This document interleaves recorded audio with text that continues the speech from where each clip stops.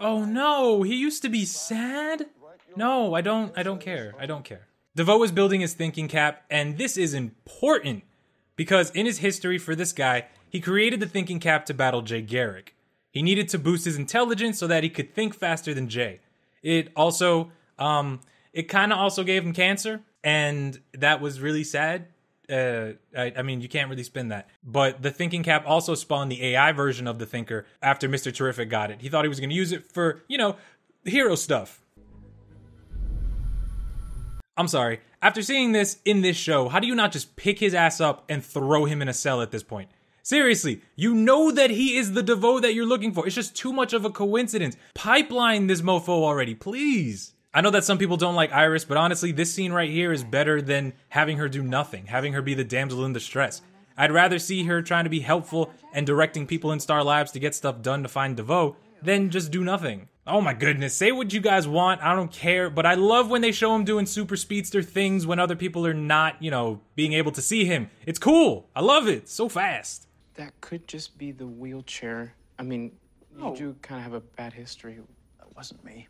You know, Cisco isn't wrong. If it was me, when I saw the chair, I would have just flipped his ass right out of the chair just to make sure he wasn't faking. Mind you, this is if I had the horrible history of people in wheelchairs dicking me over that the Flash had.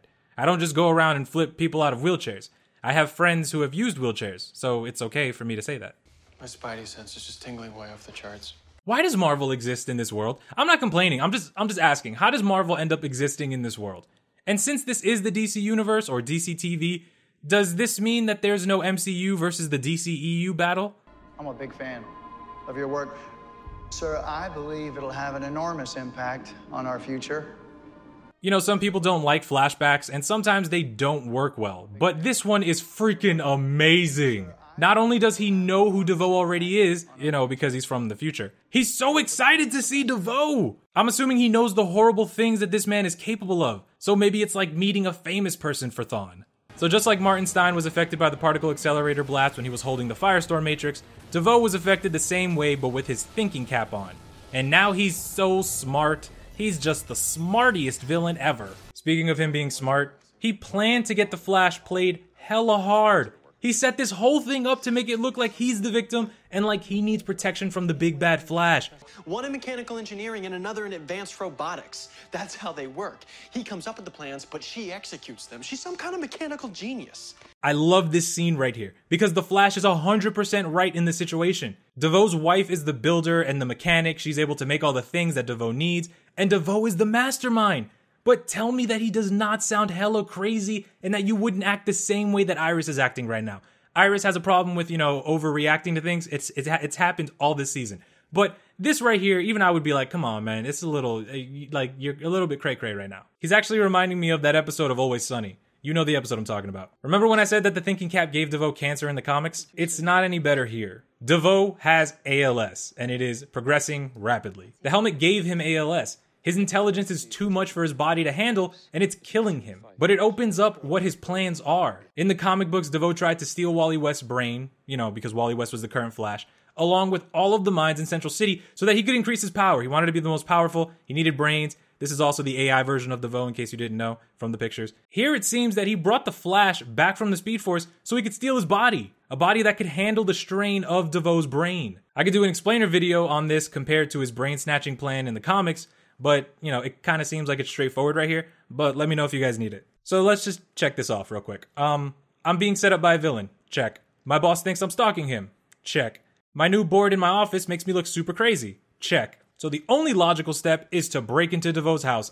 He is the Flash. He is just, how does this happen? Why would you do this? Come on, you fell for this hook, line, and sinker. Now you got caught twice. Seriously, how do you even Flash? Stop jumping the gun, Barry. You already know that you could beat him. You already know that you do beat him. Savitar spoiled that crap for everybody. Stop losing your ish and digging yourself into a hole that you cannot run out of. But this slap, though, this was Academy Award stuff right here. Because we're the Flash. You're the Flash, I'm the Flash, we're all the Flash. No, stop with this shit about the we're the Flash. Stop it, please. I can't. Why? I always love scenes like this because every time I see scenes like this, the only thing I can think of is, so you know that I know that you know that I know who we all are now. Yes, you're the Flash, Barry, and I am also the Flash. That's That's just how I always see those scenes, except minus the Flash part. The sad part right here is that DeVoe actually isn't wrong. DeVoe's plan started the second he figured out that he had ALS.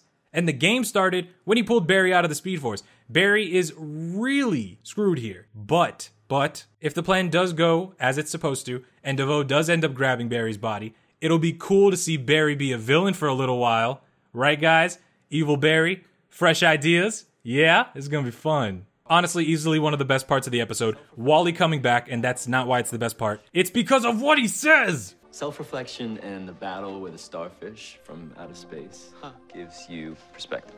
That's amazing! Wally fought off Starro, and we didn't get to see it. That part's not amazing, but it's amazing that he fought Starro. For those that don't know, this is a reference to Starro the Conqueror. Starro's spores have the ability to replicate and create clones. You've probably seen this if you watched the Justice League animated series, or if you watched Young Justice. The clones can actually attach to people's faces and mind control them for awesome hero antics.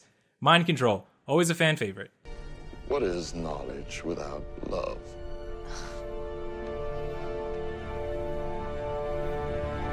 I don't mean to be a Debbie Downer here, but what's love got to do with it? Tina Turner, 1984, 5th solo album, Private Dancer? No? Nobody? Alright, that's cool. Don't worry about it. I'm old.